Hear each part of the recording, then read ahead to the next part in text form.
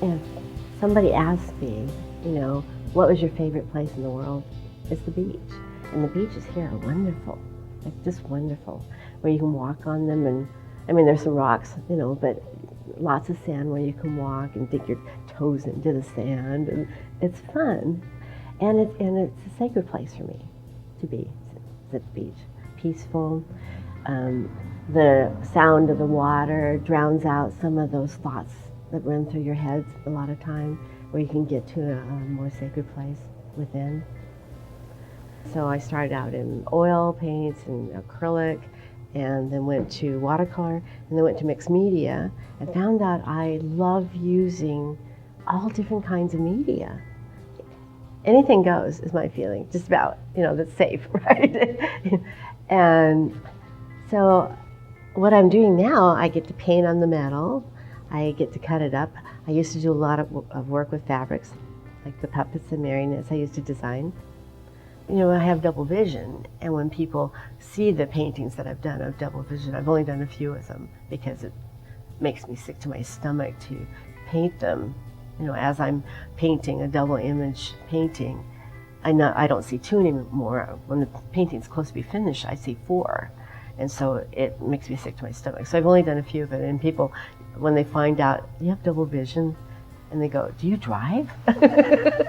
And now I'm gonna keep carrying it on. To me, it's evolving all the time.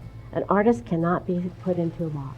It's not fair to put an artist in a box and stifle their creativity, because artists always have ideas that are flowing into them. I have so many ideas, I've got to live to at least 120, I swear. That's my plan. and my next step is to take the sculpture and create outdoor sculpture out of metal is my next start.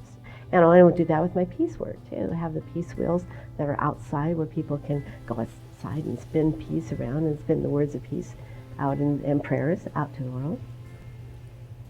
So to me, it's all about sharing and peace and to enhance people's lives.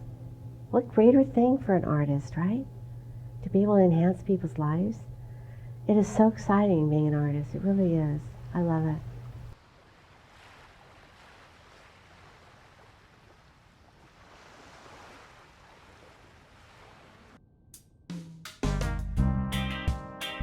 In Oregon, I stopped painting.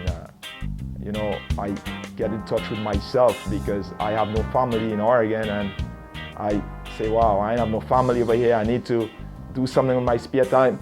And I started to paint to decorate my new home, and I had so much paintings that I start approaching galleries, and I take it from there. The people feedback in the show encourage me to move forward. Yeah, sometimes I think some of the paintings I paint and the images, the composition is not mainly from me. I think is just supernatural being that just helped me to coordinate all this. Sometimes I'm amazed to see what I come up with in a finished piece.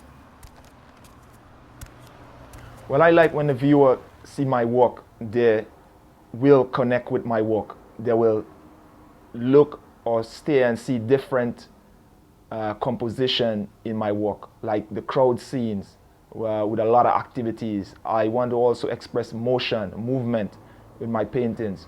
I also want to get the viewer get energized by seeing the active style in my paintings. Also, I like when the viewers stay at my painting and they get connected and get the interest. And I could also tell by the body language of how they look at the painting and they are connected.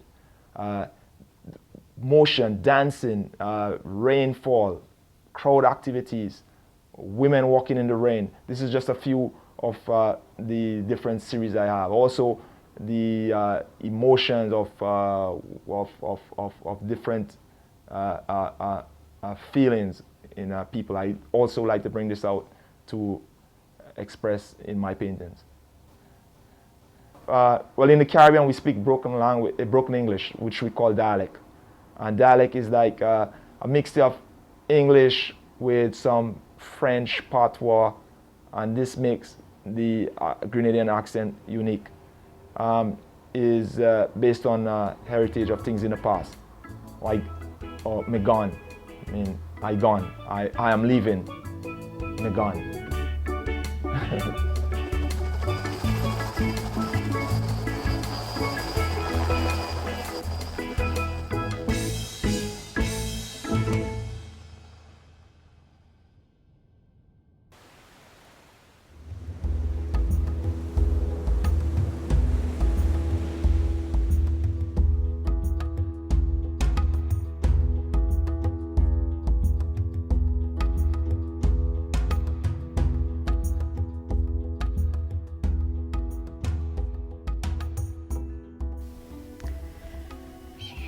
I guess art makes my heart beat.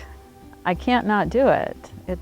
There's an old saying, you can take the girl out of the country, but you can't take the country out of the girl. And artists have inside of them something so compelling that they need to always keep doing some of what they do. And if they don't, they get restless. I'm one of those people.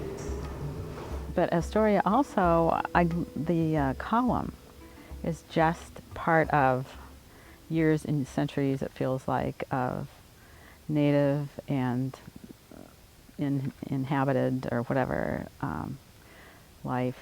It's very impressive. Standing at the top of that makes you very quiet and appreciative and gives you a view of the Columbia, which you would not otherwise have. The bridge over the Columbia is glorious and scary. The river is so powerful. The thunder of the water just moves you. When I'm setting up a loom, I decide what color goes next to what all the way across the 24 or 34 inches of potential fabric. And although I will begin with an idea, this will be purple, as I gradually work my way across, I add things that are dissonant and things that are agreeable. In the French Impressionists put their paint down in such a way that they seems not to have smushed it all on the palette. They put colors next to each other, which when you stand back, your eye participates in the blending of those colors.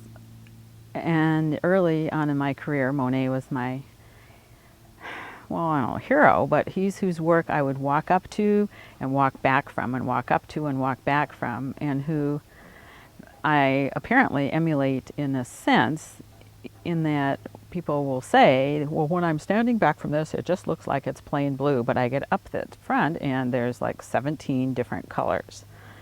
And that makes me happy. Not because of what they say, but that's how I'm influenced by colors, I guess.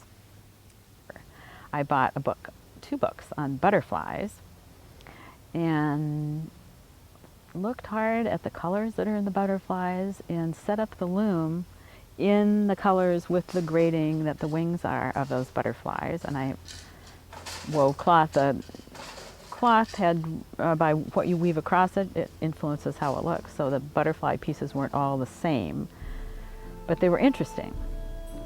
And then I finished my butterfly phase, and on and on. That's, one thing to the next.